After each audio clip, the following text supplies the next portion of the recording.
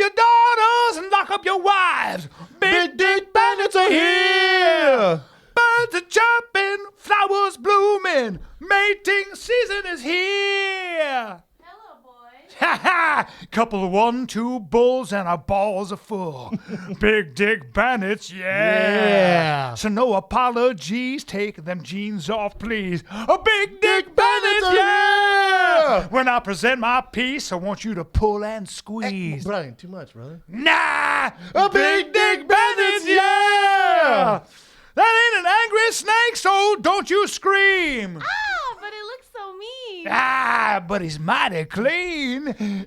If you know what we mean. If you know what I mean. Damn right. High five. Big dick bandits are on the scene. No, bro, it's our theme song is Big Dick Bandits Are Here. Yeah, but I want to add scene because it means it matches mean. No, you can't mess with the He lip. looks so mean. Big dick bandits are on the I know. scene. See, but that's not catchy. Ah. Like the fans can't yell, Big Dick Bandits on the scene.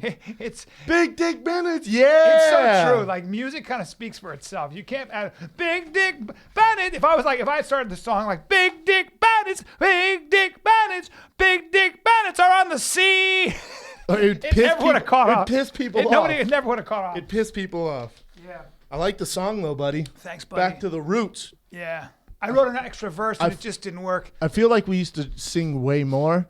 Well, that's And why. then some people are like, "Hey, man, is there any way you guys can stop singing and do a little more talking?" Well, we got a We lot just gotta of sprinkle a little singing. when in we there. do these live shows. People are like, "Why don't you guys sing more?" And I was like, "All right." I think every live show, people have made us sing "Big Dick Bandits." We had an amazing Midwest run, Oh, my culminating in Chicago, which was Game changer. I think 900 people. We Plus. sold 900 tickets plus. Yep. And they said at the Vic that was the best attendance they'd ever gotten. I think from a comedy. Well, I don't want to say that because Comedy duo. Okay, and also besides a non-musical act, we crushed it. Besides a non-musical act duo, it's the most tickets they've ever I can't sold. believe we sold that many tickets in That Chicago. crowd It's was so insane. exciting. They were nuts. Nuts. And by the way, Chicago's a sophisticated crowd because they have great theater and everything else. So I was ready for them to be kind of measured from minute one. I knew it was go time because I've never seen it like this. When we're in the back, it was a big theater. We knew it was going to be a big crowd. Bryan's like kind of jumping up and down like game time. Usually, he's done it 1,000 times. He just doesn't give a fuck. Yeah, Just rolled in. I was excited. And I looked at Bryan, I'm like, oh shit. Yeah, here we go. I was excited. And then this is the first time we've ever played Apache. No one's ever seen Apache. So it's the first tour. Which is one of our Fighter and the Kid 3Ds. It was the first time we ever played Apache. So and it's also the first time where we were behind the stage so we could listen to the fans' reaction. I think that's what fed the energy to us. Are you kidding me? What? Oh, because 900 plus people are there to see us and excited as hell. And fans that have been with us for, I don't know, a year, 2 years, 3 years. It's pretty wild, man. It's an nuts, incredible man. It's an incredible It experience. was a breakthrough for me. I loved it. I'll never forget it. It was. You killed Chicago's it. special for me now, man. I loved it. And shout out to our photographer, our boy Matt. Dude, he was great. That He's guy was on. great. Let me get his Instagram. He got some great shots of us. First of all, he's you guys connected on. We're on brothers from fashion. another mother. You guys connected on fashion. This guy shows up in head to toe Yeezy, and Brendan was like, "Oh no, I have a boner now." And they were both. I mean, I can't believe you're both straight. Me neither. Because you were so close to each other's mouths. They were talking. They were an inch from each other's mouths, basically. So you guys can check his pictures out. He works with a lot of hip hop guys. It's at Marz, Marz, Matt Marzal. He's a beast, super he's a talented. beast. Young kid, got hurt playing Division I sports, and Yeah, he's fancy with the camera. kills it, man. We got a lot of energy today, my man. Tomorrow, you guys are listening to this. And also, with the podcast, I just want to release them when they're ready to go, Ev. Instead of releasing at midnight from now on, I think we're releasing when they're ready to go. I'm with you. Because it's in the queue, ready to go. Podcast people aren't like, all right, let's wait till midnight and then listen to it. Look, man. It's just because I'm a avid podcast listener. Yeah. I just go and it says when they're new. Yeah. So I think when these are ready, if it's Monday at 2, if it's Tuesday 7 a.m., boom, it needs to be up. You know what I'm saying? So you got that JSG? That's your new name. Just some guy. Now they shaved his beard. But He's a for cute us- guy, though. He's cute. But for just us, JC as average dude. Just some cute guy. But for us, we got a lot of energy because tomorrow Fighting Kid 3D drops, my man. So when you guys are listening to this, it's going to be available, tfatk3d.com. I feel like I'm going into the octagon tomorrow. You do? The nerves, the butterflies. It's amazing. I'm just. It's not. I'm a little scared, but I'm just nervous. You know why I'm not? You know why I'm not worried? I know what you're gonna say. Can I finish before you go? Yeah. Because I did my best. No. That's why kids who get fourth place say. No. I think that what we did was original. I think that it's not like there's a whole bunch of that on the internet. Like some of the stuff, like Just Say No, Bryan teaches Brendan to act. We've got some really unique stuff. And I think you're acting because you figured out very early on, because you've never done this, that good acting is not acting. Mm-hmm. And you learned very quickly, which you're doing in stand-up too, which is, I've never seen it. You pick it up really quickly, is that you're not trying to do anything. You're just trying to be as real as you can. And that's a hard note for a lot of people to take, but you took to it immediately. Once Mitch and I you saw we were doing that, and we explained that to you. Yeah, I just followed you did it really, really well. So I'm excited, man. So, I'll tell you this, we look good. We don't look bad. Do you know what I'm saying? And what I mean by bad, we look good creatively. Oh, gotcha. Yeah.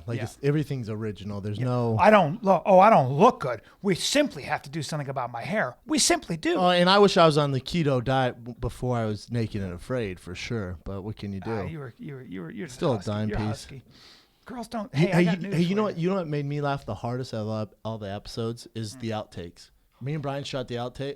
Did you see them, Evan? We edited the outtakes. I haven't seen the outtakes yet, but I mean, just from the episodes that I was present at when we were shooting, the outtakes are going to be unbelievable. Well, we got to be a little reserved. Obviously, when we're shooting, there's a script that we can kind of ad lib on, but in freestyle. But so, I mean, you put me and Bryan on set for 12 hours, we're gonna get to see some silly shit, man. Yeah, because you get tired. And also, I've never done this before, so I laugh a lot and ruined a lot of scenes, and they have all those 20 takes of me yelling. God damn it. I love it. It was really fun. I love it, man. So as you guys are listening to this, if it's Tuesday, that's when the Fire and Kid 3D will be available. tfatk3d.com. And for I think they're calling it the VIP package now instead of pre-sale, you get that Iron Maiden themed tee that I posted on my Instagram. Donald Cerrone just texted me. Donald Cerrone goes, "I want 1 or 3, please, of the zombie tees. Let's make sure we get some for the Don. It's very important. Yeah. Otherwise, I need you. He's my boyfriend, dude. Yeah, he's not. When Donald Cerrone asks for T-shirts, it's gonna be tough, man. I gotta be honest, it's gonna be tough. Hey, I don't have them either. I definitely don't want to hear that. I'll be texting Jay Schaub though, for sure. Oh, Jay doesn't have them. Oh, who does? Oh no, this is a major deal now. Yeah, no, it's at a warehouse. Well, we're getting. He ships all the shirts. Guess what? We're getting. He won't get them like this week, but next week I'll get them too. I promise. You'll get him. Promise. Does he take a large? Cowboy, probably, right? Probably, I think. Cowboy, let us know, brother. Tweet me or text me. Obviously, text. Yeah, for sure, text me. Text. Just text us large your size. Well, I'll make sure he gets them. Don't worry about it. Cowboy should be let's get him a medium and a large. I want to see him. I want to see it snug. Go ahead and cut that thing up and punch guys in the face. In fact, Cowboy, do me a favor and cut that thing. Let me see your midriff a little bit. Let's see your midriff. Let's midriff up a little bit. But yeah, tomorrow, tfatk3d.com. So the VIP package, you get the new Iron Maiden rock themed tee, which is inspired by one of the episodes where Bryan and I do a 80s hair metal band rock video. Let me just say something about that hair metal band and that 80s rock video. Make sure you watch it all the way through, or should I say up to the middle, because something happens. Well, it made me I probably laugh. wouldn't have teed it up that way, but yeah, it's really cool. It made me laugh. It might have made me laugh harder than. They're good, man. Don't give too much away. Everyone's going to see it tomorrow. So tfatk3d.com. The VIP package is all 12 episodes plus the vintage rock tour tee plus Bryan Callen's special. And then also tomorrow you will be able to buy just the Find the Kid 3D episodes for no shirt, with no shirt, or the special. And then you'll be able to buy, I think, Callen's special as well, individually. So... Ooh. All three. Now, when people are on sale tomorrow. And when people got the package, the pre-sale package, tomorrow they can access all 12. Yes, you'll get links. Your emailed link just like you got it before, and you'll be able to watch all 12 episodes. And Yeah, man. The date is finally here, my brother. The excited. date is finally here. We got a bunch of of PR tomorrow we got to do in the morning, but yeah, we're doing a radio tour tomorrow. a little press tour. I've probably done every radio station that we're going to talk to. I'm just going to dress up in a tuxedo like we're doing a huge movie premiere and just sit in just tuxedo top and underwear below. Yep. I'm pretty excited, man. I know Mitch, the director, is excited. I mean, thank God for The whole Mitch. team, man. Yeah, we're excited. All right, well, there it is.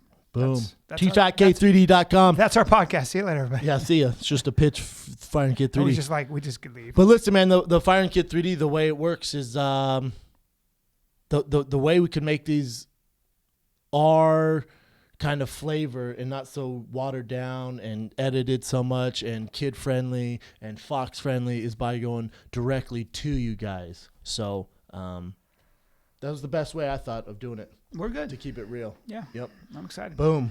What else is up, buddy? A lot of energy today. A lot of energy. I went for a little hike this morning. Where do you hike in My Calabasas? body. I go to Chesbro Road. It's a beautiful Just area. by yourself? Yeah. You don't bring that new dog? Beautiful. I'm out there. I bring the dog out there in the elements. I run in open fields. Let the sun hit my back, my chest. Thank God. Yeah. A little white. Little white. I was in bed at 8 o'clock last night. You woke up at did 9. not sleep at Can't all sleep on this the road. weekend. You can't sleep on the road. I sleep like a bear. You sleep deep and hard. Deep and hard true. and true.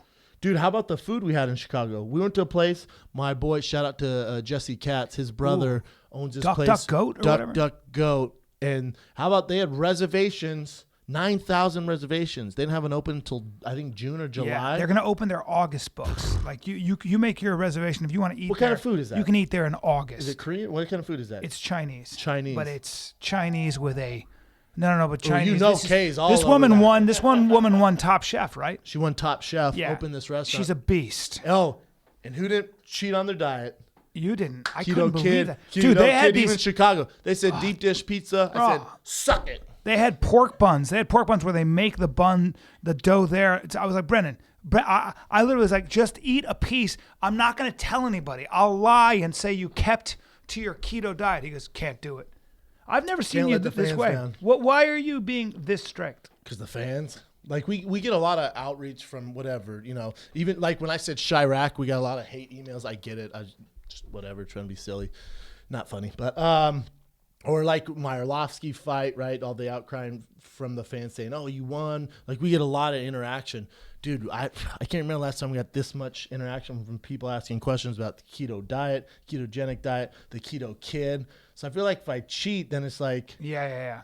It's the same as if I were to fight again and you saw me in a Reebok kit. Like, you just can't do that and be true to the fan, because then everything I stand for is all fake. And so then people quit listening or quit following what you're doing, or Yeah. they're just like, oh, he's a fucking fraud, man. He's a corporate guy. No, he pitches you've this and been. he does You wouldn't this. even have. He wouldn't even have Crave jerky because it had a tiny bit of sugar in the glaze on it or something. And I was like, you got to be kidding me. So how do you now? Now it's been.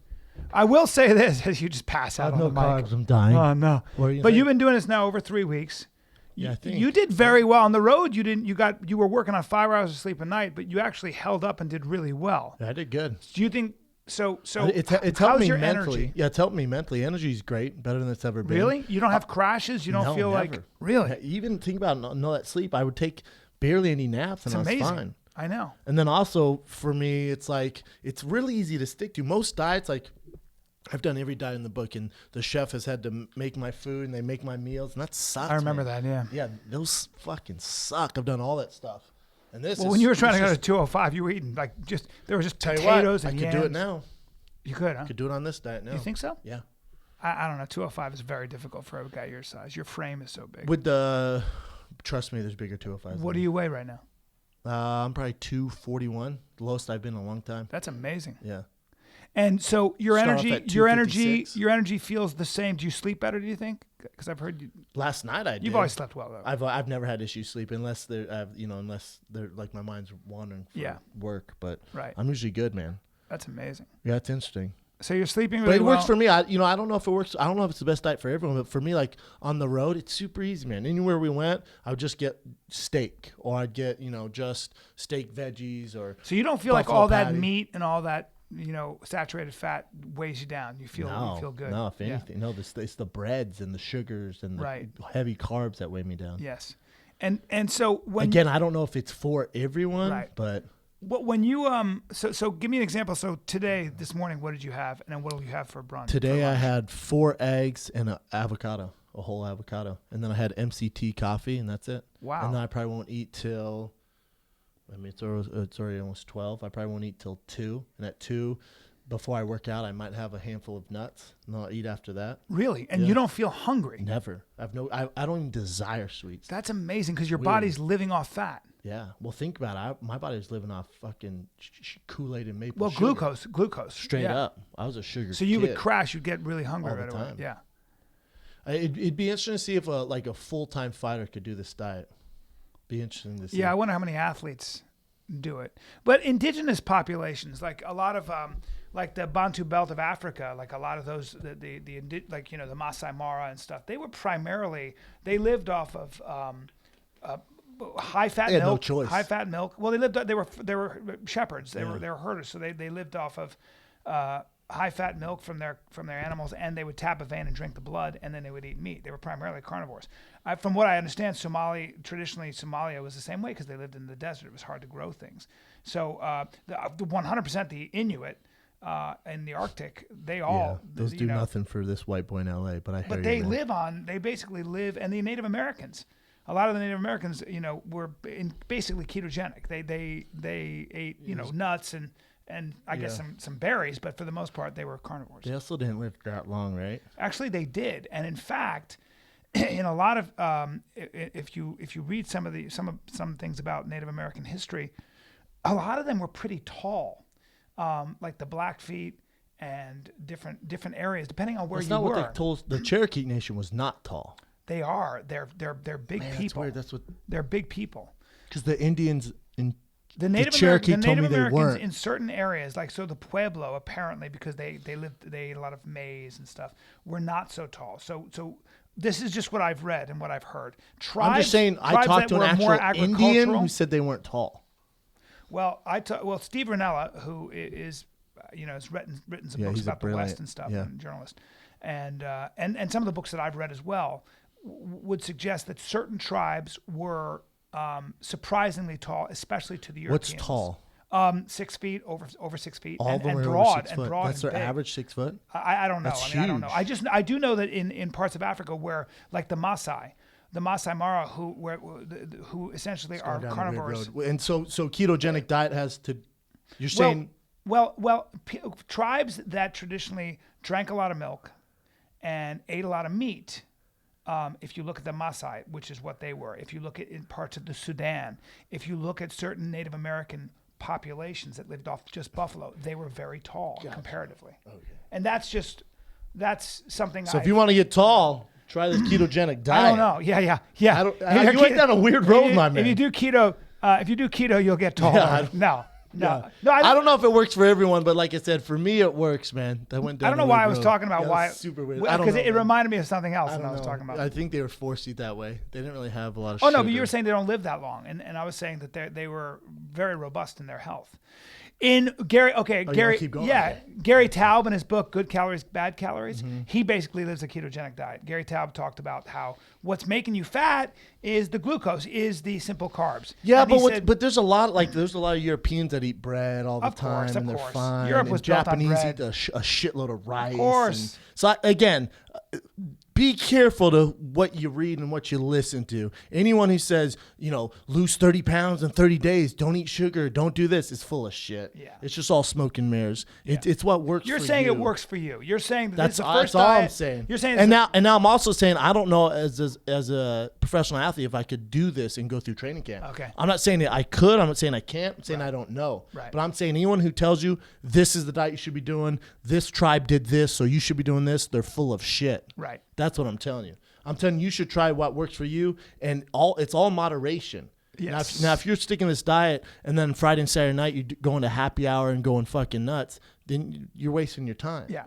But it's all moderation. Do you know something that You just used the word moderate. Like human beings, if you look at any human being, we're so tribal. We just love to break into tribes. My jiu-jitsu school is the best. I use Apple, not Android. Apple's better. CrossFit. I'm a Christian. I'm not a Muslim. Whatever. We are human beings have a tendency to be tribal, and we talking about squads constantly. The Fighting even Kids when was squad. Of course it is. We had a guy tell us. He goes, "I've never fit into." This is at the live shows. Yeah.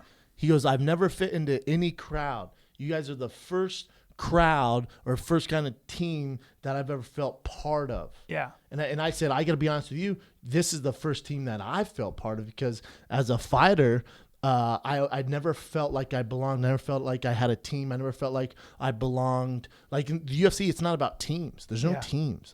Whoever tells you that's full of shit. Mm-hmm. It's very. I think my boy Kern. It's very isolated. Yeah, I think my boy Kern said that. Who's the gentleman in the wheelchair? in the wheelchair. Yeah, that's my boy Kern. He's got a dog. My buddy Kern. Shout out to Kern. He's in a wheelchair. He broke his neck when he was 22, and I think he was a Marine before that. And Kern has a dog. He's got a German Shepherd, that black. I think it's a Dutch Shepherd, and it was really cool because the dog will circle his wheelchair, and I went to like touch him, or shake his hand, or grab him, and that dog bit me very lightly, just to give you a warning. He just went and just touched my hand and went, "Hey, careful, don't touch my." He was daddy. the guy going, "Yeah, I've never felt like I've had a team." And you guys have created kind of this platform where we're all together as a team. I said, dude.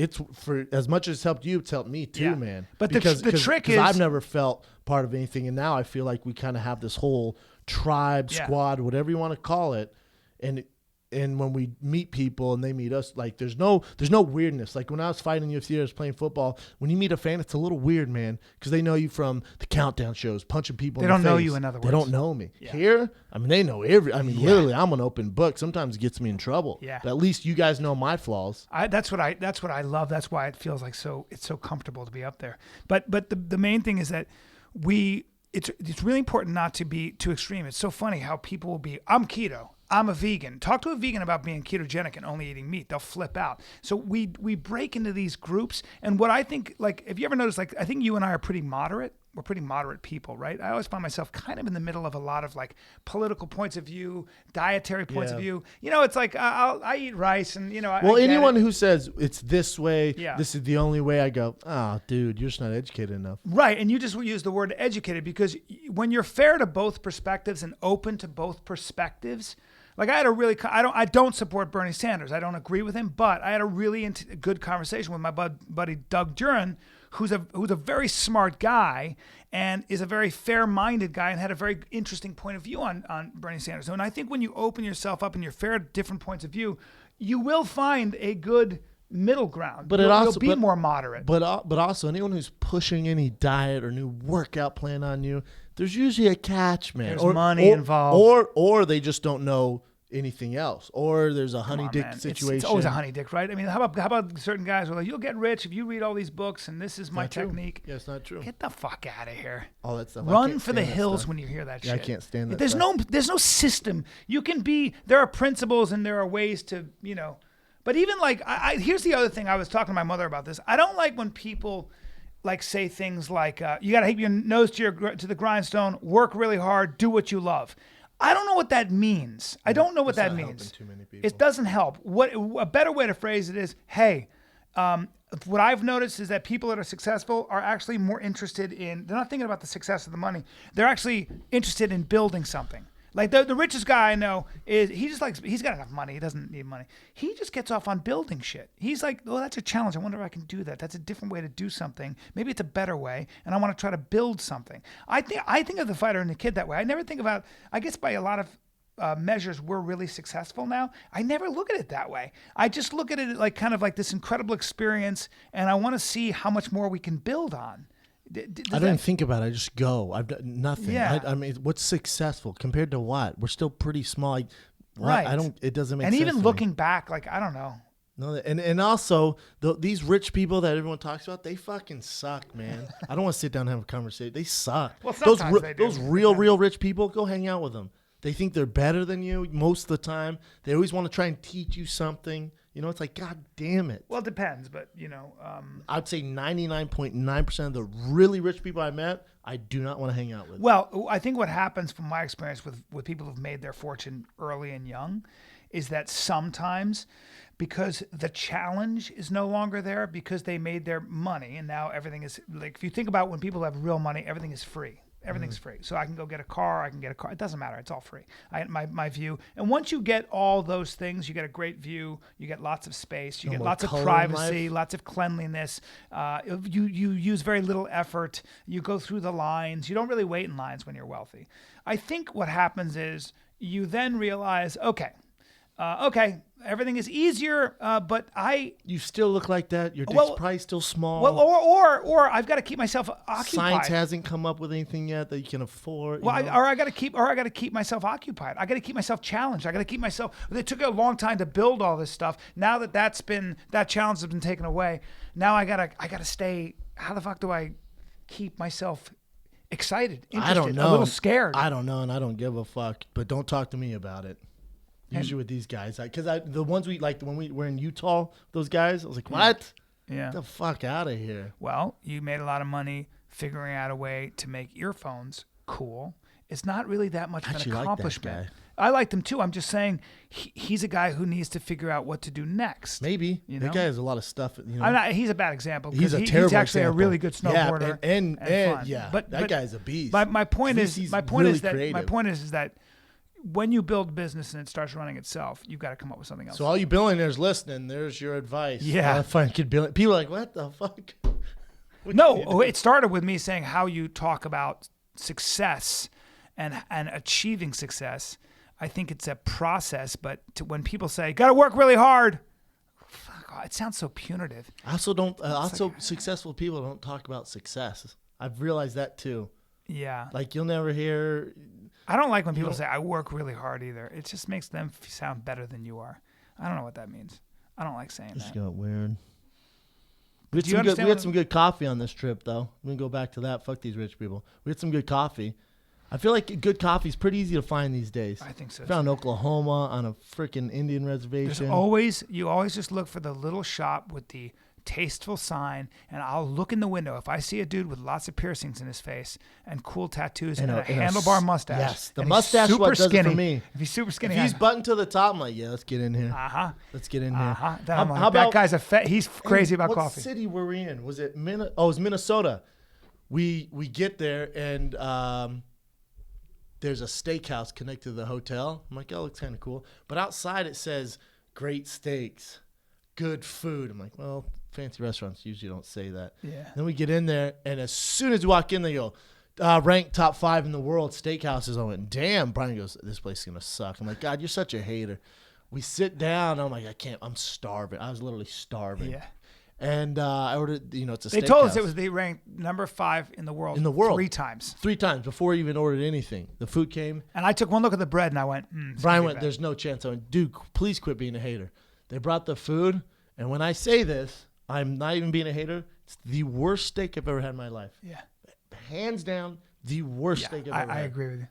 And then those tater, we were forced to get the tater pie because it was loaded, quote unquote, with sour cream and bacon. I ate a bite. I went, whoa. And then the waitress goes, you didn't eat this? And I go, I'm a bodybuilder. And she goes, oh, we had some bodybuilders in here the other day. Probably not on your guys' level. I went, did you just believe that I'm a bodybuilder? I know, it bummed me out. I'm not. She goes, why'd you say it? And then you go, oh, and then the salad was real shitty. And then she goes, I get it, the salad, but see, you changed the dressing. It's usually better than this. But that steak, top 5 in the world, didn't even let me say anything. She was like, and took the plate. Yeah. I'm like, no, all right, forget it. Just keep it. It was tough. Don't advertise. Well, nice restaurants usually don't advertise like that. True. What'd you guys do this weekend, Ev? People are pissed you shaved your beard, by the way. Really? Oh, yeah. I've gotten nothing but positive feedback. Well, we're seeing it one-on-one live on the road, and I'm here to disagree with you. Well, too goddamn bad. Are you growing it back, or are you just going to stay? Are you just keep I'm it just like going to this? chill around here. All right. I'm good to go with this thing. Yeah. That it's beard. nice to have your face back a little bit. Yeah, I don't get food stuck in it anymore. That beard It's is not like an gnarly. extra. Like during summer, kind of a pain in the Oof, ass. that's a lot of work. It's hot. Ugh. It's a real pain in the I ass. can't imagine. Got to rub that It beard ain't oil. great. I would never do that. It ain't great, my man. I couldn't do it. Did you ever use the Dapper Life beard oil? Yeah. Was it good? Made our skin feel real nice. There you go. Made our face smell real nice. By the way, it's Dapper Monday. You're wearing some Dapper Life in your hair, aren't you? I am. Yeah? Want to talk to you about that before we do this. Yeah. All right. Yep. Talk I do about love it. We can Good. talk about it after this for You sure. look cute. Thanks, man. What'd you do this weekend, Ev? Worked a bunch. We were covering the PBC fights. The Oh, Ortiz Berto fight. who won that? Holy fuck! Andre Berto laid him out. Terrible fight for Ortiz. I feel like Ortiz doesn't want to do it anymore. He came out pretty good. He looked really good the first 2 rounds, and then Berto caught him with an uppercut that he just never saw coming, and it floored him, and he wasn't the same, and it was over within like a minute and a half. 2 minutes of that. TKO'd him? Yeah, he got up, and then he was probably on his feet for another 30 seconds before, because Berto just poured it on. Berto's a beast, super athlete. The thing about Ortiz is after he lost to Mayweather, where, remember when to touch gloves and Mayweather knocked him out? Yeah. He's never been the same. Really? I don't know if he made money or what, but you watch his fights, he's never, ever been the same. He doesn't look like he wants to be in there anymore. And he's been doing the Expendables. He's been doing a couple movies here and there, so he might not be entirely in the game Wasn't anymore. he on Dance with the Stars, too? Victor Ortiz, was he into this? I'm pretty sure. The Hollywood will soften your edge. I don't even think just soft, will. but I think he wanted it soft. Yeah, he was. And then he has to come back to boxing. Yeah. And boxing's not a sport where you, No. or UFC for that matter, mixed martial arts isn't a sport where you can dabble in this and then come back to it. Because Andre Berto's going, huh? Yeah. Good douche. Yeah. Or Holly Holm goes, you're doing movies? That's cool. Ka-dow! Yeah. Like the sport is unforgiving. There's that 24/7 where I think it's 24/7 where Keto has lost the fight, and he says his girl hugs him, and he goes, "What can I do? This is all I have," or something like that. It was an Instagram clip. Just that little clip with Johnny Cash. Well, that's not 24/7. That's just like a highlight. Yeah. They wouldn't do that on 24/7. Just that much. Just seeing him, the agony of that defeat at the end with his girl hugging him, to me, it's hard for me not to cry seeing a clip that quickly. I think because a guy like that who's such a great boxer, and he was 40, and to say the only way out for me has always been violence, is this brutal hurt business. Koto's one of the guys. He's made so much money that he could stop. Of course. Yeah, of course. He's in a different boat than a lot of them. He could just stop. I just think A lot of them don't want again, it, though. Yeah, I was gonna say again. I wonder. I don't think it makes the hurt when you lose go away any Never, worse. Yeah. never. You don't become a professional fighter by losing. Accepting losing. Your throat all right today? Yeah. So, Can you see a doctor? Yeah. A throat cancer? I fucking hate when we do that to each other. The minute one of us sneezes or clears, whoa, you're sick? Getting sick, Why huh? don't you go ahead and take a nap? Hey, let's cancel the show. He was 10 minutes tonight. late. I was like, why don't you sit this one out? No big deal. I'll take over. You can. If you want to sleep, you're probably a little tired after the weekend. If you did that to a dude, if you challenge a guy, if you're like, you tired? I can go ahead. You want me to carry it? Guys are like, I got it. Get the I hell got outta it. here. Relax. I love it, man. What'd you do this weekend, Kay? I feel like I haven't seen you guys in forever. I know. Do you guys wish you were on the road with us? Yeah, I do. Be I trouble. think that would be fun. It'd be fun. You guys are gonna make fun of me. I went to Knott's Berry Farm yesterday. You did? Do they still have Charlie Brown? Do they still have Charlie Brown as the theme? Oh, my Yeah, God. they do. Well, at least he's It's kind more of of like current. a Wild Wild West thing now. Really? Yeah. Is it I all had the some same rides? boysenberry pie. It was so good. Boysenberry Who'd pie. you go with? My boyfriend. Was Disneyland not open? No, it was, but we just wanted to try something new.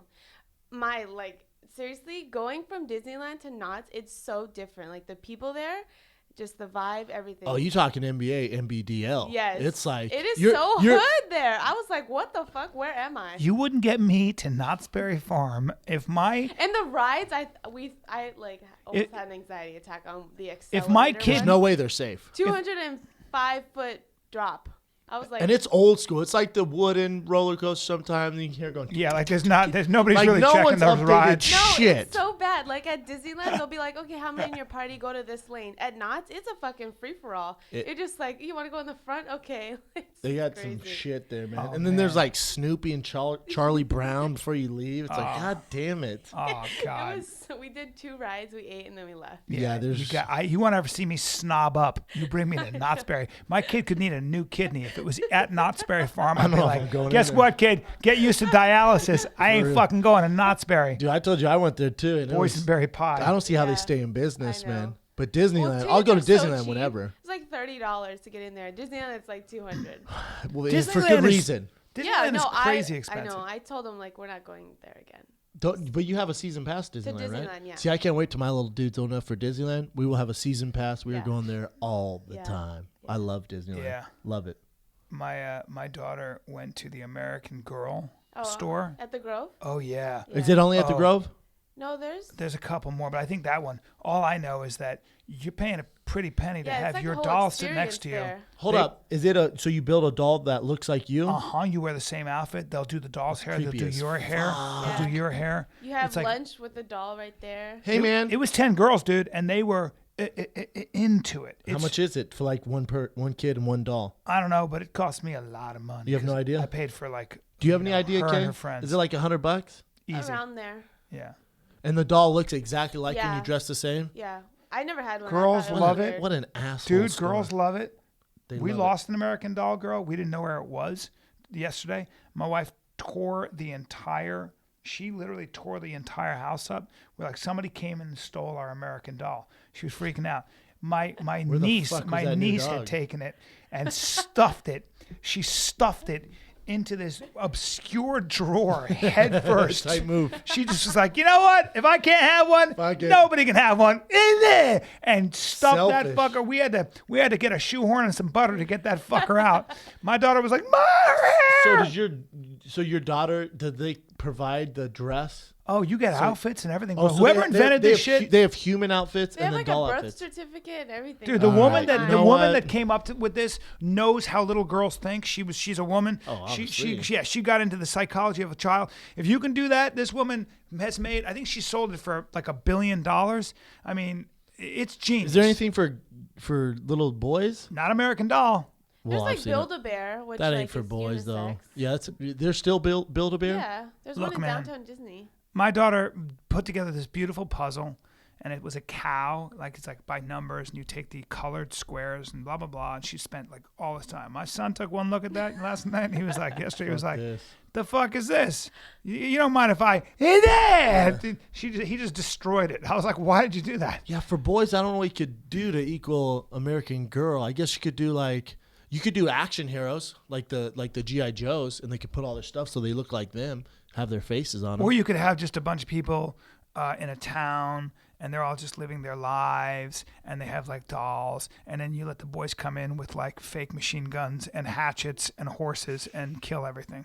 Well, that's how you get the Columbine kids, my man. No, That's it's the just how fun. boys are. They want to play war games, shooting, punching. It's so weird. Yeah, I don't know if you want killing all the townspeople, but I would just do like a cool GI Joe figure, and then you put their face on. Then you could like make Rambo or ninjas. We do. or They have whatever. that. I mean, They have there's not a thing. There's not a business like that. But Well, no, there's obviously GI Joes and action figures. Yeah, I'm it would saying be interesting. You I got to wonder- make your own, and Yeah. it'd be Yeah. easy to put them I together. wonder though if boys would have the patience for that with a bunch of boys. I think boys want to, like, I don't know. I think they want to roughhouse more. Like they, like if you put like they always say that girls, it's hard for girls to make friends when they're younger. So if you take a girl who's 9 years old or 10 and you put her in her new school, it's harder for her to break in with the other girls because girls apparently share experiences and they build friendships on experiences. Whereas boys, you can throw a ball in the middle of a bunch of boys and they'll just start kicking or throwing it around. And all of a sudden they break into teams. They just wanna and play, they got yeah. nicknames and they're playing games. Yeah. Yeah, So girls are it's mean. easier. Girls are yeah. catty. Like you start off like forming cliques very young, like in kindergarten. I mean, I know it's not like bitchy, but 100%. yeah. Oh yeah, My The daughter mean already is girls in a team clique. up. My girl's already Yeah. in a clique. Yeah. Well, you kind of have to be. My girls, like some of the girls that are a little older, rule the roost, and some of the other girls are left out, and it's not cool, man. But that's life. Yeah. That's for sure. That's school, man. Get your ass in school. Yep. Better figure out a way to break in that group or create your own. 100%. Because my little niece is athletic and rougher, and just kind of like, I don't know, she likes to play things that boys play sometimes. And my daughter's super girly, and so are her friends, and they're a little older than my niece. They're like a year older, maybe 8 months older. And they weren't overtly kind of exclusionary, but they were just doing their thing. And I watch it. Little girls, they'll kind of exclude you without you realizing it. They just won't kind of include you in the game. They're kind of talking to each other. Was she into it though? My niece was like, I'm going to go over here. But as soon as her mom came, my sister came, she was like, they wouldn't play with me. And we were like, Well, for sure, get cooler. Figure it out. Well. Step your game up. Just girls. That's life though, man. Everyone went through that you know shit. what? I don't give a fuck. You know what? It is Everyone life. figures that out. Maybe it's a good thing, right? Are you kidding me? To be like, oh no, everyone has to play with everyone. No, I don't want to play with him. I don't have to play with I don't do shit. Man. As a kid, there's some kids I didn't play with. I think in a way that's how you learn also how to interact with other people, right? So you do something wrong. Yeah, you're doing something. Maybe you're being too bossy. How come those guys won't play with me? And somebody says, you're being bossy. That's why. And then you got to change your approach. That's learning social intelligence. I don't know. You got some current events for us, Ev Meister? Oh, do I ever? I don't even know what to call you right now. Just some guy. JSG. Just some guy. JSG. New fucking guy. Generic white dude. Whatever you want. No, he can't be generic white Just guy. some guy's mean, and I don't think of you that way, but I like JSG anyway because you have no beard. Just some guy sucks too. I'm just some guy. I look like just some guy. We got to think of something for him. We'll come up with something. We'll figure it out. A bunch of fans wanted to hold like a contest, like a Twitter poll kind of deal for it. Yeah, basically like a contest. Like, I'm not mad at that. Sure. You guys care more. But we'd have than I do. we'd have to think of two good names and have them vote on it. Well, I don't think he's just some guy, but I like JSG because it's easy. It's like JSG. Anything with a G at the end. What do you got, JSG? Just some guy? No, it's mean. No, that's he's not fun. Yeah. Nah. Because you're not, that's like. But it's not even a fun nickname. That's like a director who called me. He goes, God, I didn't recognize he was known in Farrow. I go, how come? He's like a well-known. He goes, you just look like every man. I was like, oh, cool. I guess I got into the wrong business. Thanks, man. Oh, right. Hey, we're trying to hire a everyman, the white medium guy. Fuck off. What do you got, Ev? All right. This one comes from the weekend. This is by far one of my favorite current events probably ever. Did you see Obama at the correspondence dinner? No. He gave the single coolest speech I've ever seen. He ended his speech with a literal mic drop, and he goes, Obama out. No way. You got to love the man. I love that guy. He just boom roasted everyone in the crowd. He gave zero fucks. Zero fucks were given by Obama. I got to watch this because I heard it was hilarious. It was a straight up, like, it could have been a comedy special, Really? and I would have bought it. It was amazing. Can you bring it up? Can we listen to a little of it? Well, how long is it? I mean, we won't listen to the whole thing, but we'll pull out some snippets. Let me see that end. Wow. Let's play it for us, too, like on the mic.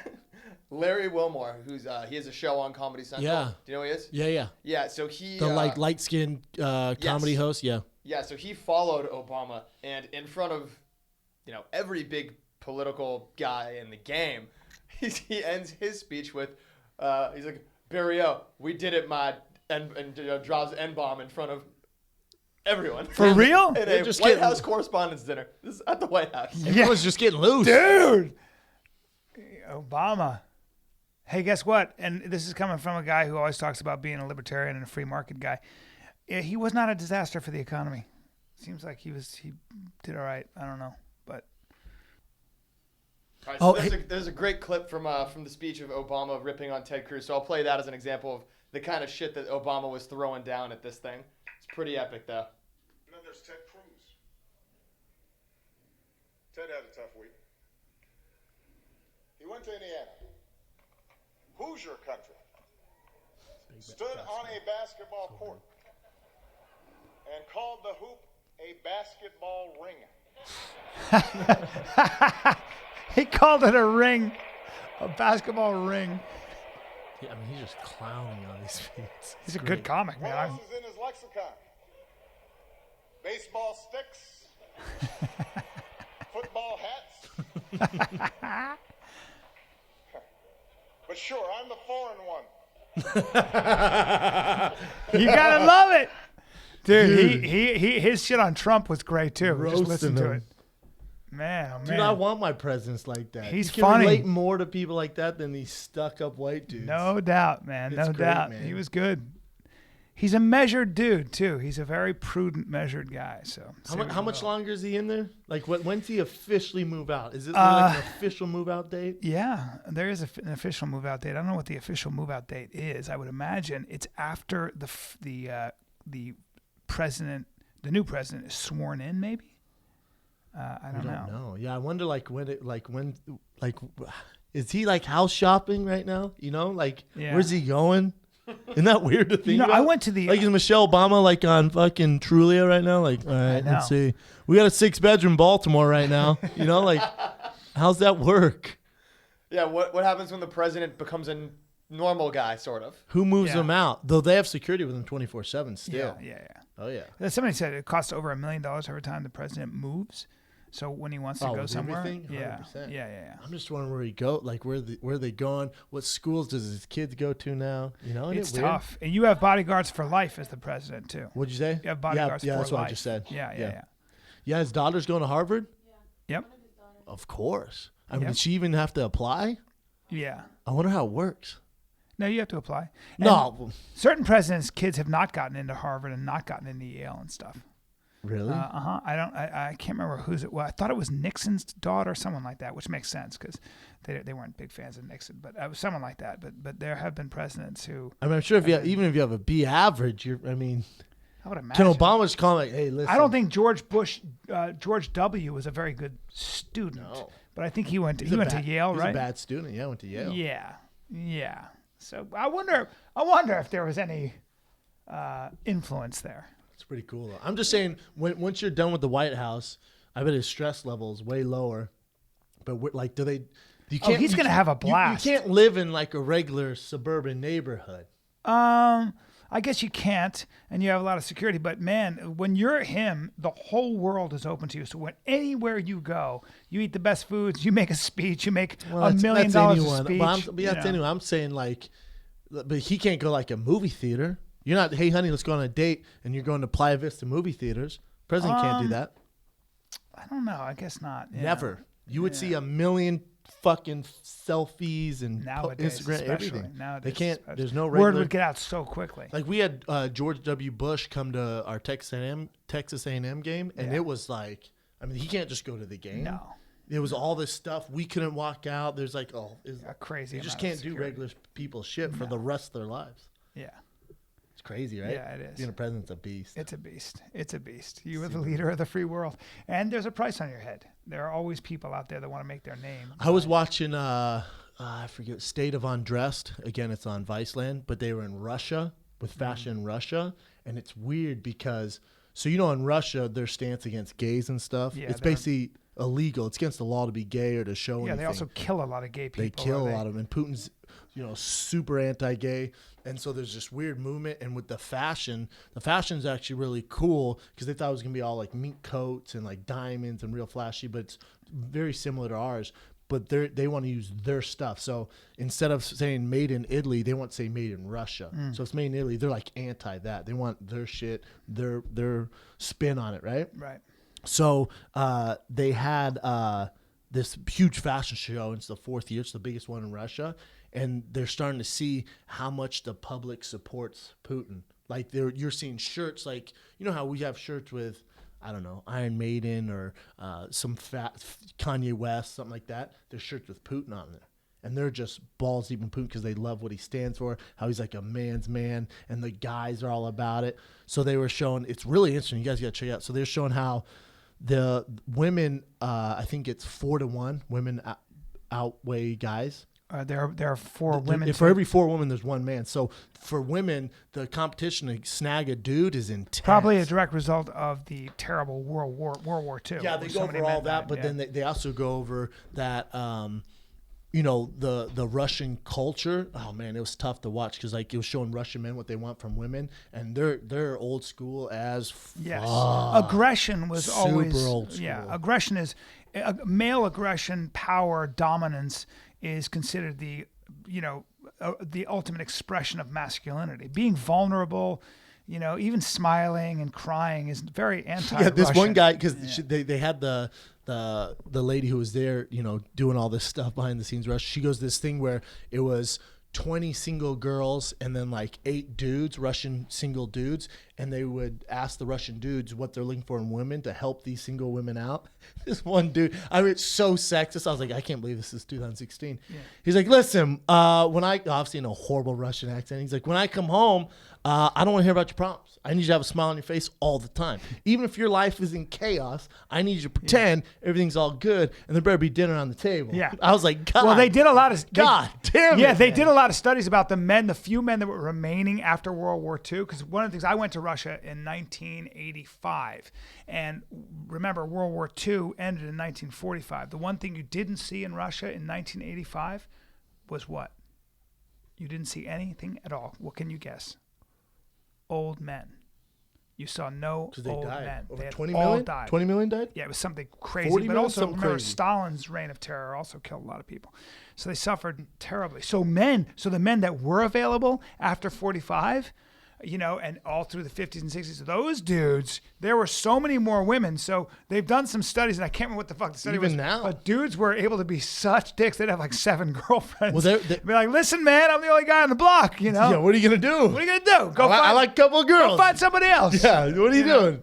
But they were showing how they showed this. It's like the most expensive, like mink and fur coats. And they were asking, like, what's the most anyone's ever paid? They're like $300,000. And it takes 20 pelts to make these coats. Jesus. And it's like the most fashion forward coats in Russia. Yeah. And she goes, well, who usually buys these? And she goes, oh, well, the husbands, they buy, they said, mink for their side pieces, and then I forget what the other one is for their wives.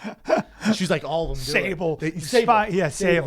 Sable for their wives, Yeah. minks for the side pieces. Yeah. I just come in there and they're like, yeah, they usually buy 2 or 3 Sable, coats. I think, is a color, but yeah, they probably No, fox. sable's an animal. It looks like a little Is it fox. fox? Is it silver fox? I think it might be. No, it looks a Arctic little fox. bit like it looks like a little bit of fox. Sa- You gotta sable kill fox, 20 I to think it 30 of is. those to produce this coat. Yeah. But there's this dude who's killing the game there because he runs an online dating marrying website. Ooh. This dude is nuts, man. Nuts. Because the girl was like, all right, here's my picture. What would you do for me? And he's trying to describe the man that she wants and what she needs. And he was like, you know, you got to get better with your looks here, blah, blah, blah. Then the show behind the scenes, one of the guys who was helping the girls with the questions, and he doesn't know this American girl. He comes up and pokes her. She starts laughing. He goes, you laugh and you like it. You want to fuck me. And she's like, no, please don't do that. He's like, yeah, you say that. You want to fuck me. Hey, good foreplay. I'm going to poke you in your stomach. Then he goes, where are you from? And she goes, New York. And he starts laughing at the camera. He goes, I'll get arrested in the U.S. if I do this. This is sexual harassment. And they were all like laughing. I was like, God, hey, Russia. Yeah, they're right. Hey, Russia. Yeah. Fuck, man. Well, Ray, it goes back to what I said. Remember when I dropped that knowledge in Chicago about the fact that when you have a culture that only holds power and dominance and masculine aggression as the most important thing, when you have a culture that treats its sexual minorities with violence, where it's basically okay to kill gay people because they're quote unquote perverts, child molesters. You and do put all not these want to be labels. gay in Russia. Yeah, and so what happens in a culture like that is when it goes back to if you measure your society on power, on the stock market, the UFC, on the NFL, on the biggest guns, on the biggest muscles, what happens is, and you subjugate people that are different, that think different, that look different, you know what happens? You don't have a creative culture. No. Because the people that are creative are typically the people that stand on the outside looking in. The people that didn't fit in, like Kanye West, like Prince. I wonder what would happen to Prince if he had dressed in high heels he'd in be Russia dead. with his hair all over. You think he'd get his ass kicked? Oh, you're yeah. dead. No, and you're they'd dead. be robbed of great music. And the list goes on and on. The people that create great things think differently. Salvador Dali was a weird guy, but he made incredible art. You can't be a creative dude and just be normal or go with the pack. Yes, You but just can't. cultures that say you're different, I'm going to punch you in the face, like Russia, and there's only one expression of masculinity, which is to be muscular with guns. You love this one. You love this one. They become weaker. Hey, the dating expert. This is hilarious. The dating expert. You know, he's like the big thing there because he hooks girls up to get married. He goes, Yeah, like if you're gonna sleep with a guy, you can't use a condom because guys for condoms it lowers their testosterone and makes them not as attracted to you. So don't use condoms. You can't use condoms. Great God. Well, then the host goes, well, that's why the AIDS has never been higher in Russia. Well, I'm sure gonorrhea and then chlamydia. AIDS is the big one. Yeah. Yeah. Gonorrhea, chlamydia you can fix. AIDS, there's never been a bigger cry in Russia. Yeah. And so she's like, it's kind of a problem. He's like, yeah, that's what you got to risk. You want a man or not? This guy, they're like so fucking old school. Yeah. Like, hey, Russia. They've been fucking through 2016, man. Yeah. The fuck are you guys talking about? And Russia, as a result, is a one-crop economy. What's that crop? Oil. Think about their economy. Russia's in so much trouble because essentially they've got vodka, oil, all due respect to Russians, God damn it. But I mean, for the most part, why don't you ever buy a Russian car, a Russian computer? How many Russian businesses or even restaurants have you seen? And they are a smart, industrious, disciplined people. There's some but pretty when you ladies, have a culture, beautiful. When you have a culture that doesn't support people creativity that think differently, and where your president is a gangster. And he's a badass. He's a badass. Yeah. He's He's a guy's guy. Look, I mean, be the most powerful man in the world, huh? Yeah, guy. Yeah, he's a stud. But at the same time, you don't want to piss him off because he'll kill you. Oh, they were showing the journalists out there that voiced their opinion. They get killed. Oh, all 6 that had outcries and were like, we need to change some. All 6, the only 6 that had outcries, all died. I know. Oh, the lady who was like, she was kind of on the forefront of it. Oh, I remember. In public, she got shot in the face. Yeah. And what does that say? So you don't have free press. So you don't allow people to really tell it like it is. So nothing is allowed to be criticized. Nothing's ever going to grow, because if you right? criticize the power structure, You're not only dead. they kill you. You're dead. They kill you. If what is it, Pussy Riot? They're that band that was they speaking got out out. against Putin. Yeah, they got out. But they were put in jail. Have you heard from them since? Really? Not really. I guess she's been out there speaking, but for the most That part, made him more when you famous than anything, silence yeah. your critics with violence, it makes your country weaker. But what's weird is all the guys are on board for the most part. Well, just because like men, Putin, it's a mindset. judo. It's a mindset. They had a T-shirt of Putin in his judo gi with a black belt, sidekicking Obama in the face. It was sick. Well, but also they had a coffee cup I wanted bad. Yeah. It showed Putin and he had a beer hat, like Yeah. actual beer rug on his Yeah. head. I was like, damn, that But you know, it's so dope. But if you understand Russian history, you understand that that's a very natural human reaction for Russians. Yeah. Because male aggression, is what kept them from losing their country. The Nazis, I mean, they were always being invaded. If you go to Russia, which I've been, it's very flat. And it was very easy for tanks to roll in and armies to march. So they were always being invaded. The Mongols, the fucking Germans. I mean, it goes on and on. Either way, it was dope. Check it out. State of Undress. She went to the Congo. The Venezuela is the one I was talking about the other day. And I got to watch Viceland. And then now Russia's insane. You guys will laugh your asses off. I wasn't really planning on this being a current event, but did either of you see the video of Khabib Nurmagomedov at the doing a Reebok signing in Russia over the weekend? 3,000 fans. More than 3,000 people showed up. A Reebok store can't fit 3,000 fucking crazed Russians trying to get after this guy. That Reebok store got annihilated. Wow. That, man. Yeah. Destroyed. Habib's a big deal, man. That's great. Khabib had to leave. Good for him. Fighting in Russia doesn't get any bigger. Yeah. Fedor and Putin are like this. Apparently, yeah. They're like this. Yeah. I mean, fighting in Russia goes hand in hand, man. How cool is that? Sambo, judo. By the way, if you're in Russia and you're a fighter like Fedor or Khabib, yeah, you're probably living high. It's same as but Brazil's the same way. Like most of these cultures, like Mexico, be a big time Mexican boxer. Oh my God, Canelo, national hero. Canelo, right now he's the biggest star in the world boxing. That fight's this weekend, isn't it? Yes, you bet your sweet fucking ass it is, and I cannot wait. I can't wait either. Canelo Khan, what? Are we gonna be in Sacramento? No, we get into Sacramento Friday. We come back Saturday morning. So we can watch it Saturday night. Oh yeah. Okay. Oh yeah, I watch them at my house, all of them. Ooh, Amir Khan is a current event. Oh, what do you got?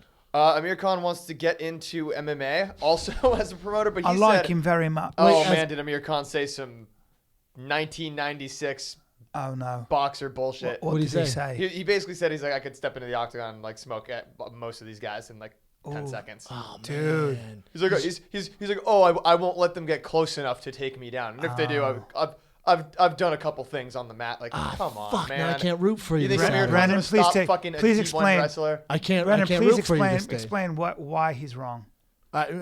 Trust me, our fan base knows. I mean, boxing, your stance, especially him being a lighter guy, so he's not really a knockout guy. I don't know where to begin on this. For him, Here, you want a quote? You know what he is? He's that Russian guy saying don't use condoms, but he's that boxer Let's hear the saying quote. there's no fucking Russian. let's hear the quote. He's the boxer saying I don't need ground game. I could walk in the octagon. Yeah. James, hey, real quick, James Toney is more successful than you. He lasted a minute. Yeah. Look, we have this is what the whole sport was built on, basically. God damn it, America. If I feel I have to do it at some point, I would knock out any cage fighter at my weight. I know it's a tough game, but it was a classic boxer's punch which beat McGregor in his biggest fight. We punch much harder than they do. I wouldn't let them get close to grips, although just in case, I have practiced some grappling moves in the gym. I'll tell you this right now. You could take a low-level amateur at 155 pounds, low level. You take a guy who didn't even make an Ultimate Fighter house, and you would mop the floor with America. Because you just grab him by the legs, bring him to the ground. Floor. No, we would have to grab. All he would have to do is cover up, get inside, get an underhook, and he would go for a ride. That's right. What? That's I right. can't even believe we're. Or how about a guy who can kick your legs out from under you? Well, who was that? Who was that? There was a great that Muay Thai guy who fought the famous heavyweight boxer. Oh shit! Muay Thai and boxing Kicked man. his legs out from under him. It's almost even. I'm a huge Amir Khan fan. I can't support you now. That's fucking ridiculous. It's weird because he says all this as an open fan of MMA. He's like, I like MMA. He's like, I'm totally on board with it. Usually you get that kind of response out of a boxer or someone who doesn't respect or. You know what? His hands are better than anybody in the UFC, but his boxing is better, but MMA is not boxing. No. There's no the distance is different. Your jab, you're not getting. It's completely different. Yeah. It's completely different. It's fucking stupid. Yeah. Your boxing. Do you think he hits harder than most guys his weight class? No. It's hard at 154. Yeah. He's fighting at 154. Yeah. Okay, so I guess you hit harder than Dos Anjos. I guess you're more muscular than Dos Anjos. I don't think so. You have better combos. There's some powerful guys. Jeremy Stevens probably begs to differ. A guy who knocks the fuck out of people. Yeah. Oh, and they're also 4-ounce gloves. Yeah. So those setup shots and stuff like that, it doesn't work. If you stand and try to trade with Amir Khan as an MMA fighter, you're gonna go to sleep. So is he. He's been knocked out before many of times. Yeah, but my guess is that his hand speed is going to be faster than most people. Yeah. Well, he's also going to be able to hit you if you're going to stand at a boxing distance with Amir Khan. But that's not how these guys are Why going would to he do want that. to do that? Exactly. That's not well. Yes, boxing, he would absolutely fucking destroy any UFC fighter ever at that weight class. Yeah. If they're in a boxing match. Right. MMA, Junie Browning would mop the floor with him, like destroy him. Who's Junie Browning? Exactly. What else you got, Evan? All right, next one we got. God I'm going to show you damn it. some. Bums you out. This will brighten your mood a little bit. You had a pretty interesting weekend. Kay had a little bit of a weird weekend. Nate Diaz had himself one hell of a weekend. Nate He did? spent the entire weekend seemingly training with Jean-Claude Van Damme, and the pictures are awesome. I saw this. I need to see this. What? Jean-Claude Van Damme tweeted out, though, or Instagram out, great sparring with the Diaz Come on. brothers. But then they show him they're definitely not sparring because he has socks on. I think our sparring's don't say different. Sparring. It's disrespectful to Nate. Oh, relax. I don't know. You're not sparring though, dude. Look, there it is. Nick. See, had fun sparring. That's Nick Diaz. Oh fuck. Nick and Nate. Oh, awesome. Yeah, That's at Gold's Gym. that is so cool. Jean-Claude lives around here. Yeah, that's Gold's right there. That's awesome, man. Yeah, boys. GCVD back in the game. Dude, I'd like to see what's going on there. I would have let that guy in my corner the way Steven Seagal was in guys' corners for sure. You would. Oh, I love Jean-Claude Van Damme. I'm not trying to spar with him. I'd like to grab lunch with him, but other than that, I'm all set. You see, JCVD was in. He's been in Fedor's corner before. That's right. Yeah, What? Dude, he was was? for fighters. He was a hero, man. yeah. Hero. Oh, it's so cool. Yeah. I wonder what exactly How helped out cool with is those that guys. in Fedor's corner? Jean-Claude Van Damme. What do you think they were working on? I don't know. I bet he was showing him some kicks, and he's older. Come on. Do He's you really older. think he was showing him kicks? Oh, for sure. No, he's just there to hang out. No, he was showing him kicks for sure. Hey, bro, look at me. It's so depressing. You show guys kicks. Yeah, I do not. I would never show you a real fighter like, hey, here's a back kicker. I mean, You have though. Yeah, but it's so like literally that's like me when I was with Thiago Alves one time. I said, just turn your shoulders, not your front foot when you back kick. That's something, but I would never even like. I was just showing him what Taekwondo. Like I was almost showing him like what I do, but I would never say That's all Jean-Claude use Van this. Damme's doing. Ooh, I hope so. Yeah. Yeah, of course. Yeah, but let's all just know that we're all actors, and my oil kick is deadly, and I would put you to sleep, and you know that, and you feel that from me. And you show everyone that back kick. I've seen you show fighters in the gym doing it on a bag. but joking around. But no, dead serious. Oh, come on. I would never. You showed me dead serious. well, what I'm back saying kick, is there's no problem with it. Yeah. You're literally trying to help. Yeah. Do I listen? No. But you're literally just trying to help. When yeah. with Jean-Claude Van Damme, you got to remember, and Nate and Nick are the same age as me, he's a legend. I know. Whether he has all those titles or whatever, Yeah. he's still a legend. So to hang out But can I say one thing without being ridiculed? At least with my back kick and wheel kick, at least I have really hit other pretty good black belts and knocked out dudes So with it. Jean-Claude has a huge competition background. don't believe he He does. does in Taekwondo. Huge. I believe- Hey, look at me. I believe Hey, he doesn't. Look at me. Hey, look at me. Way more than you and Joe I Rogan. don't agree. Way more. I don't think so. Look it up. I would have. Please look that up, You know- please. you and know I it's don't. for a And fact. by the way, that's how he got into movies. I don't believe it. And we're supposed to believe you? I don't think he. But not got it- Jean-Claude Van Yeah, Damme? because I don't lie, and I think that he does. Do you think I lie about the fact that I fought and knocked guys out with wheel kick? and Maybe roundhouse? not, but I'm saying there's nothing wrong with Jean-Claude trying to help these guys out because that's what you do. It's not. You don't. Please don't say that I do that. I don't. Would never go to a real fighter and say use wheel kick and back kick. He has Jean-Claude Van Damme has He's a huge he ended his kickboxing career with an 18-1 record and his Taekwondo career with a 44-4 record. Really? And there's video. And I've there's seen all video. All of these fights are listed out. What Definitely round it gonna watch ended, where that. they were at. Is that right? I'm just saying he's more like if you're going to do it, you can't criticize a guy who actually has a background in doing it because he's a celebrity. Yeah, I thought he was just a dancer, literally a modern dancer who learned how to kick. No, anyone who knows Jean-Claude Van Damme So knows he was his a background. legit kickboxer? Yes, that's why I'm trying to argue. I'm like, dude, no. Wow. Like, if you're going to show, and granted, you have a Taekwondo background. Yeah, but I he know. actually really fought, like kickboxing. Wow. And there's like video of him I got to fighting. see that Yeah. video. Yeah. So no. Oh, okay. So he's a little bit legit then. Just trying to do you a solid here, man. I didn't know that. But I do, so I kind of know fighting. Jean-Claude Van Damme was my hero as a kid. Well, that's maybe more of what it is. I'm kind of dissing your hero Why right does he now. want to disparage the great name of Jean-Claude Van Damme? I don't know.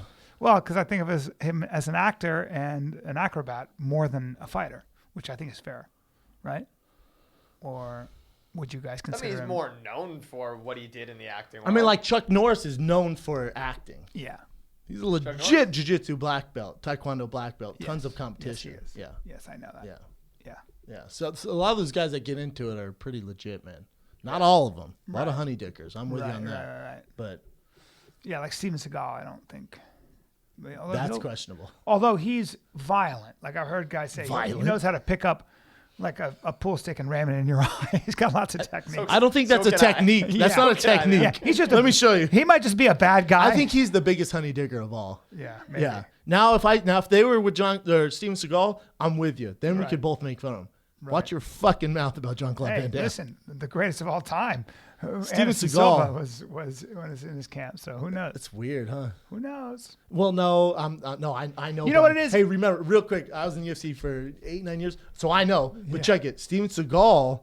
Again, they grew up with him. Exactly. He's an icon. Exactly. And then when you're Brazilian It's and just this cool as big shit to have him American, there. it's no different than me having Clint Eastwood in my corner. That's exactly. You know, like Yes, that's and that's what I'm saying. I think that's more of what it is with Fedor, right? To have like Jean-Claude Van Damme there just hanging out is for pretty sure, fucking man. cool. Yeah, he's not, but at least he does have some sort of experience, you know? Yeah. But I don't think he's like helping. Yeah, Fedor Jean-Claude's with not his right going, hand. circle to your left and then make sure you time that right because, it's a very Like, different. ah, cool, man. Where's Bloodsport 2? Yeah. What else you got, F? Get the fuck back in the Kumite. All right, last one that we'll do. Yeah, I mean, normally we wouldn't talk about, at least not talk about much about like the NFL draft. It's fucking draft. They usually just go and they're whatever.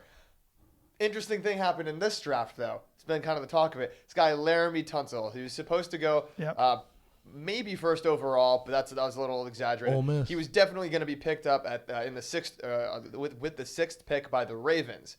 That's a shitload of money you get for getting picked that high. He cost himself somewhere in the neighborhood of around $7 million at least, and that's not even talking about bonuses received, because he or someone hacked his account, whatever. A video, literally 30 minutes before the draft starts, surfaces on his Twitter account, on his verified account, of him smoking out of a gas mask bong. We touched a little bit on during the fan questions. We got a lot of that. People are wondering. I've seen it. But so as a guy who knows football, they think it's his stepdad that's releasing this stuff. Yeah, because he's in a nasty legal battle with his stepdad. So as a guy who plays football and knows about the draft, why would that cost a great player $7 million? And why would he go 13? A liability, and this is the problem, because he obviously has some family issues, and there's some other issues about him. Came out about him asking his coaches to help pay his family's rent and doing some other shady stuff, NCAA stuff, which I don't think is shady. I think it's kids trying to make ends meet. Yeah, kids trying to. And coaches understand that, but I think for him, he's a little bit of a risk, because if he's having issues now, when he's in the NFL and has millions of dollars, those issues come out even more. Does that make sense? Yes. So if your family's fucking with you now, wait till you have $20 million in the bank. It's going to get a lot worse. So they're worried that's going to take away from his football. Gotcha. But for him to drop from 1st to 13, I mean, he's still pretty good. There's a guy, a quarterback, I forget his name right now, from Michigan State. They found out he had some off-field issues and wasn't a good leader. He was supposed to go, he was like top 5 quarterbacks. He didn't get drafted to the 4th or 5th round because teams were a little worried about him. Wow. Because then again, you got guys like Johnny Manziel, who there's red flags everywhere. Even before he came out, everyone in the business knew this dude is a problem. He's a big problem. Well, when you explained to me, and I'd never really had a real football player explain to me how detailed and difficult and how much knowledge a quarterback has to have in his head when he hits that field about every team, I don't know how you'd have time to do fucking anything but watch tape and study plays and study your own playbook. Yeah. For real. Like, yeah, I know. I mean, so if you have a guy who's not taking that seriously, and you had a good point about Johnny Manziel where you were like, he keeps messing up. It might be because he wants out. Well, I think it's self-sabotage. Right, like the tweet he put out the other day when he goes, man, I've always been doing this. You guys, I don't know what you guys are expecting. I've always been like this. It's like immature. Oh my man, you're the rich kid who was really athletic in high school and college, and now you're playing with the big boys, and your feelings are getting hurt. He got a taste, right? He got a taste. And now he has this, this assault charge. I don't think team's ever going to sign him. Do you he's think not talented enough? So do you think he might be worried that he may be found out to be just some guy, a JSG? Yeah, and he's not good enough where I think teams are going to take a chance on him anymore. Wow. He might get in a training camp, not this year, next year, but I So Johnny I think Football he's done. may be done completely. Oh, for sure, yeah. Especially after this assault charge. God. Did you see the picture that surfaced of him on draft day? There was some kid just tweeted out a picture of like Johnny Manziel like 3 seats down from him at like some shitty dive bar, just like watching the drafts by himself. Fuck, man. Dude, you Sucks, man. God, you can't get away with. There's no privacy anymore. Fall from grace. He did it to himself, though, man. Like, I don't give a... someone took a picture on a bar, that's whatever, but what would you think was going to happen, man? That kid is on a self-destruct fucking mission, and boy, is it working. Yeah. Boy, is it working. You know what pissed me off? And I showed you this, B. On Barstool, I can't imagine a girl would do this. Some just raging whore on her Snapchat hooked up with Ezekiel Elliott. He's the first-round draft pick for Dallas Cowboys. He's sleeping. They obviously had relations. And she posts first-round draft pick, Dallas Cowboys' new running back, Ezekiel. Oh, fuck. Imagine if that's your daughter. Yeah, I know. Who in the fucking... Okay, so you fucked the guy. And you're blasting it out there? Are any of your friends like, damn, girl, saw that Snapchat pic. Good for you. Right. Is anyone doing that? Is that the culture now? No, I know. When I see that, it drives me fucking Me too. nuts. Me too. I know. After the Super Bowl. Yeah, Edelman got the same treatment. I think we talked about it. Ugly girls. Like, Like if it was just a dime Well, they don't piece, have much class, and it's pretty shitty to do to somebody. but they think it's their way of upping their Of credit, course, I guess. Of course. All All right. That drives me fucking nuts. When I see that, Hey, I'm man, like, it's a Kim Kardashian effect. You fuck a famous dude, you might make $1 billion. you got to look like Kim, though. Yeah. When you're these basic white girls and you do that, your friends are probably like, holy shit, what's wrong with you? Are you going It's are you going to work the next day like, oh shit? Are you that girl that fucked Ezekiel Elliott? Girl, I got to buy you lunch today. It's also putting that kid in a bad position. It makes him look bad. You don't know what his situation is. I can't No, stand he's it. single. He's good to go. He doesn't Yeah. give a fuck. It's not a good look for anyone. I don't, Yeah. what the No fuck? one wins. What is wrong It's not with very society? classy.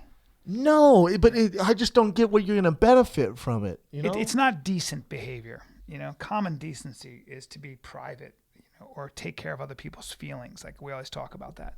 Like don't use somebody don't use somebody to up your profile. But it's that not even way. up in your profile. Like, do you think Nike's gonna be like, girl, we saw that you fucked Ezekiel Elliott. We got to get you a shoe. These are the fuck Ezekiel Elliott shoe. Girl, the we slipper. didn't get you these Dior sunglasses for fucking this dude. Like, what did you think was going to happen out of this? You just shame yourself, your Yep. family, all your friends. I agree with you 100%. I mean, if she does have a job, I would fire that girl. Her intentions are terrible. I would fire I don't trust her as a person. Right? How could you? Yeah. It's insane, man. Yeah. What else you got, Ev? That's good on currents. Good current events, my brother. Current events, we'll love on the beer. You got Here's some my- dropping knowledge, Yeah, brother? I just had a quick drop in knowledge that I kind of thought about. And, you and I always talk about how if you want to be successful, it's a verb, and you've got to constantly be moving, because the minute you kind of stop and go, I'm really successful and I've arrived, it's a really good way to stop all your momentum. And so a better way to, like, rather than looking at sort of the final goal of where you're headed, just look at it as a lifestyle. Like excellence should be sort of a day-to-day lifestyle, And I'm not saying I follow this. I want to be careful with that. But I saw that iPhones, so Apple stock was the rage. It was the hottest company in the world and still is doing really well. But even Apple, revenue fell 13% to $50.6 billion, a lot of money, as sales of the Apple prospects there remain uncertain since the government recently shut down Apple's ebook and digital mobile services. But for the most part, Apple suffered from the fact that other phone companies are coming along with phones that are just as good or better. And so even the mighty Apple has got to constantly figure out ways to adapt, stay excellent, stay above the herd. And it's never easy. So even for the people that work at Apple who make lots and lots of money, the pressure has never been more severe. And I think that if you want to be successful, there's this idea that once I get this, it's going to be cool. I think it's the wrong way to look at it. So if Apple has to keep evolving, so do you. That's my dropping knowledge. It was just my observation. I was like, damn, there's no rest for people who want to kind of keep getting good at something, keep building something. And maybe the best way to look at it is not to think of the top of the mountain. Just think of it as what you do on a daily basis. Just go, man. You Just gotta be go. like a fish. Just go. In order to live, you got to move. I was watching a lot of Prince videos and his interviews, and he would always kind of just say, Dude, tell him about that video you showed me. It's fucking iconic. "Oh yeah, I love this." When he was passed over by Rolling Stone, Rolling Stone talked about the 100 greatest guitarists. They did an of article, all right? time. Yeah, The top 100 greatest guitarists of all time. yeah, and then He was ranked what? He wasn't. He didn't make the top 100. Okay, well, And I guess most people, like including Eric Clapton, when they asked Eric Clapton what's it like to be the greatest guitarist in the world, from what I heard, he goes, I don't know, ask Prince. everyone has said like I was watching a documentary on them. They had like, I mean, you're talking the biggest stars of all time. Yeah. And they said, who's the most gifted, talented artist of all time? Everyone said Prince. Yeah. Which I gotta be honest. Again, this is kind of you with Kanye West. Sure. I didn't know. I didn't know. I was like, yeah, he's kind of this little dude. I don't really like his music. Like, it was all right to me, but I was never like, yeah, he's crazy talented. You look into him, how before the age of 12, he taught himself how to play 20 instruments. He taught himself just by watching other people do it. He taught himself this shit. Yeah. And they just say he's the biggest savant of all time when it comes to music. You know, he has a vault of like thousands of songs that he hasn't released yet, but he doesn't have a will. So it's about to get nasty. Yeah, when I think it was at the Saturday Night Live, 2004 Rock and Roll Hall of Fame or something, when Tom Petty and a group of actors played a Beatles classic, and I can't remember what the song was, but they're all singing, and Prince had a little guitar. He was just playing the guitar when they rehearsed it. This is after Rolling Stones came out with their list. Afterwards, when Prince basically was just supposed to play along with the guitar, and when they rehearsed it, he played normally. And in minute 3:20, 3 minutes and 20 seconds, his sort of solo comes in, or just kind of he had to come in with his guitar and play a little more, and he just melted their faces. Melts their face. Showed up everyone, but on that just stage was like Tom Petty was on that stage. All these everyone. great, all these great and he musicians. Just fucking melted their Dude, faces. he just destroys, and you literally can see them going, what? It's like Steve Winwood, Jeff Lynne, Tom Petty, and the song was While My Guitar Gently Weeps. You can get it on YouTube. And when you want to see what Prince does to that room and to those, Tom Petty, everybody was like, holy shit. Tom Petty, because they're trying to So sing, cool. but he's like, fuck that noise, check this out. And they're like, oh, okay. And they're trying to go along with it. And he just wrecks. And he was always driven by, he said, look, man, I'm driven by, I want to be as original as I can be. And I have one standard, and that's my inspiration, which is God. I can't believe how small he was. They said he was Jehovah's Witness, and he'd walk around Minnesota to people's houses. Lived in a small town, right? Always lived in that small town. Like, oh shit! Didn't like all Prince the might bullshit. get to me to convert. God. Like, oh shit! Hell yeah! Whatever you want, man. I know. Play me a song, whatever. If he showed up, I might be like, he's definitely coming to my house. I'm fucking in. Oh, you're Jehovah's Witness? You got some pamphlets? Come on in. I'll make you some tea. Oh, Prince comes in. I'm breaking that keto kid diet. I'm putting out the works. Let me pull out some purple cookies, and some purple tea.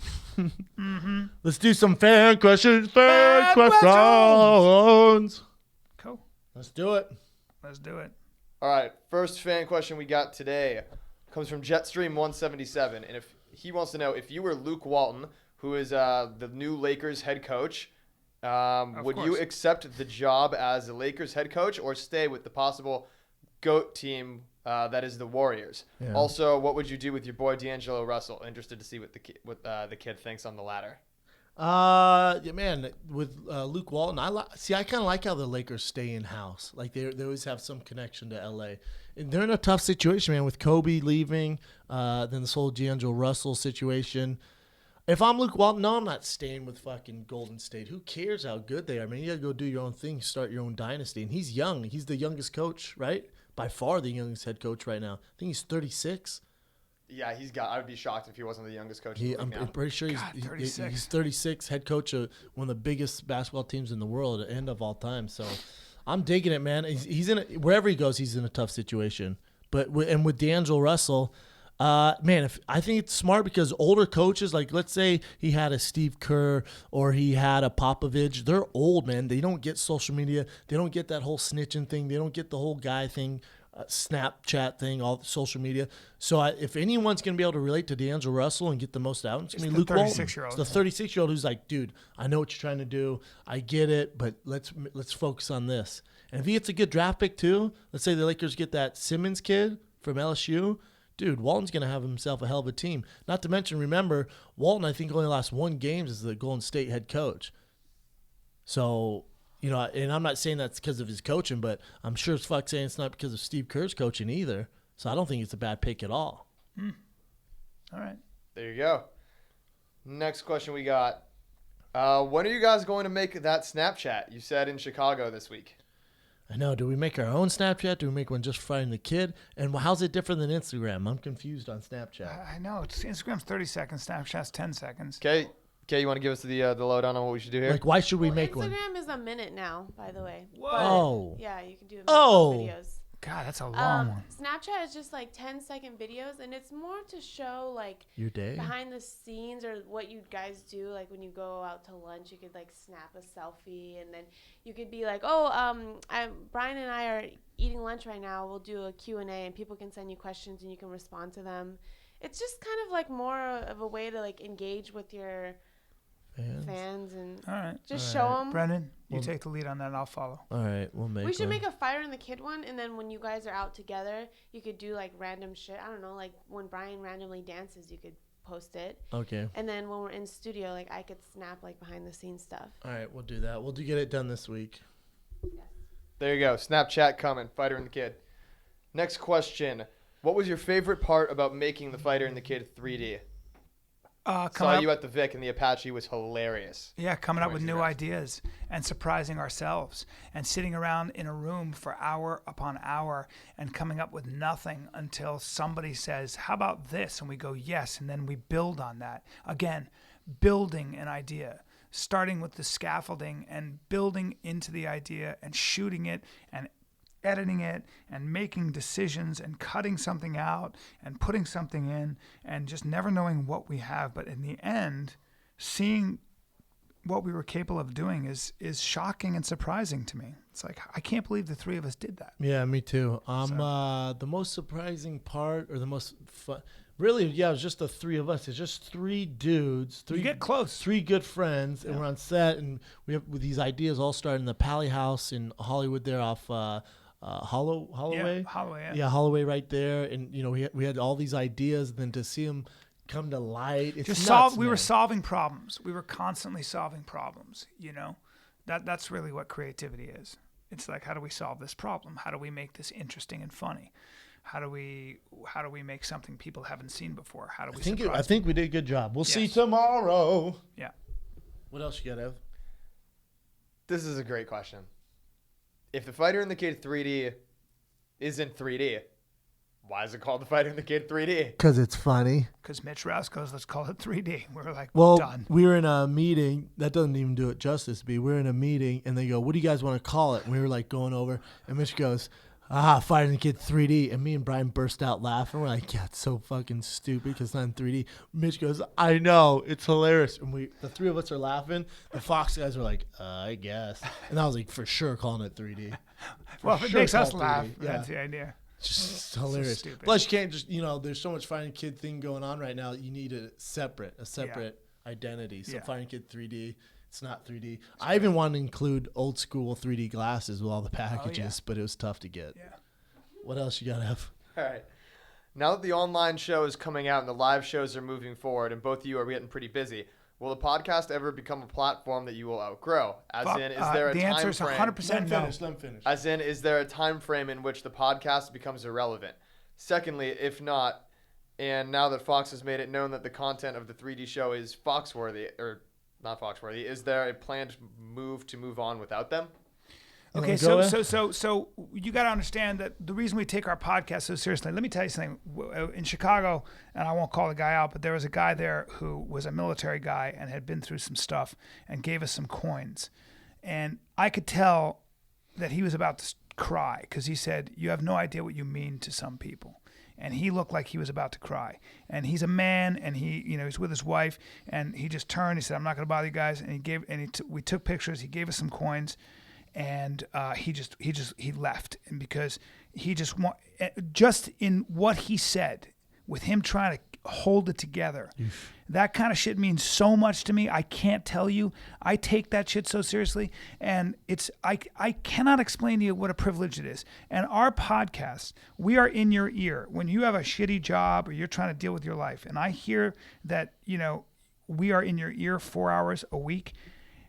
I am never going to not honor that. So for me, it starts with the podcast. It ends with the podcast. Yeah, this is the mothership. Yes, it's the mothership. This is always our main focus. We've never skipped a podcast. Even if Bryan's out of town, we make sure you guys are covered. This is everything. This is our roots, man. So if ever you see that we aren't doing the podcast, we're fucked. That'd be the first sign that this thing's gonna self-implode. So that's right. The podcast is always number one.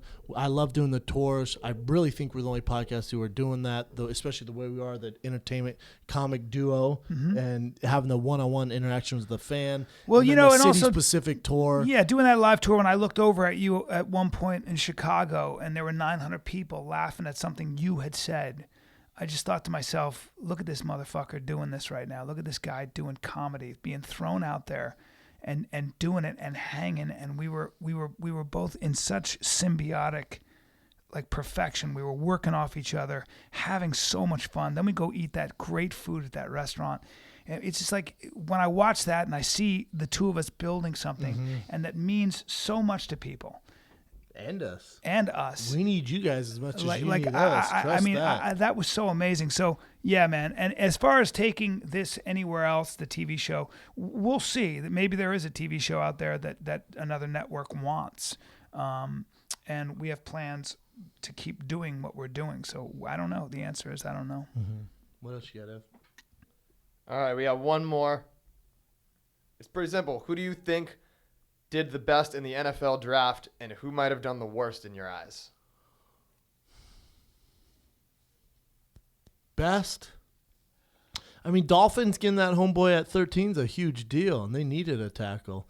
Jacksonville fucking killed it, man. Jacksonville did really good. So I'd say, Dolphins, Jacksonville. I like what the Broncos did, man. Moving up and getting homeboy Paxton from Memphis, he's a big deal. He was actually supposed to go number 4 to Dallas. That's how high that kid was going to go. Wow. Most people don't know that, and the Broncos got him. So I like the Broncos pick, especially being former world champs. So I like Broncos. Obviously, I'm from there, biased as fuck. Jacksonville, and then for who did real shitty, the Niners and the Browns made some picks. You're just like, what? There's a reason why you guys suck balls. So yeah, there you go. What? So aggressive. Suck balls. It's just so aggressive. It's so aggressive. There's a reason you guys suck balls. If they're I'm like listening, zoning out. Hey, man. I'm zoning out listening. I heard there's a reason you guys suck balls. Hey, man. I'm how I just trying to talk, live my bro. life, bro. That's how I talk, bro. God damn it. And you're stroking your beard while you're talking. That's how I talk, man. All right. Well, listen. We're getting complaints you wanna, and me stroke our beards too much. They say you groom like an ape. I do. If I'm you see an the ape. comments. I'm an ape. We want to thank you guys for spending. Hey, Sacramento, we're at Calusa Casino this Friday night. One show, one night only at that casino. We're bringing heat. We're bringing some fucking heat Oh! to that city. Bring some I don't know heat. where it's at. Yeah. It's a big casino, and it's a little bit away from Sacramento. But if you're anywhere around the area, you around guys the fucking area. get there. You get there. Calusa Casino. It doesn't get better. Go to tfatk.com. We're probably the most exciting show ever to come there. Ever. We just Calusa won Casino. most exciting Go show. to tfatk.com right now. Get your tickets. They are almost sold out. I think it only seats 600. So if you guys know our history, you better get going. And then, bam, almost 2 weeks after that, our East Coast tour kicks off. That starts in Nashville, New York City, which is sold out. I know they're trying to add an extra show. Boston, to me, that's the star. To me, the Wilbur Theater, if we can sell out the Wilbur Theater, me and Callan will pull our pants down in front I'll of you guys. pull my pants down.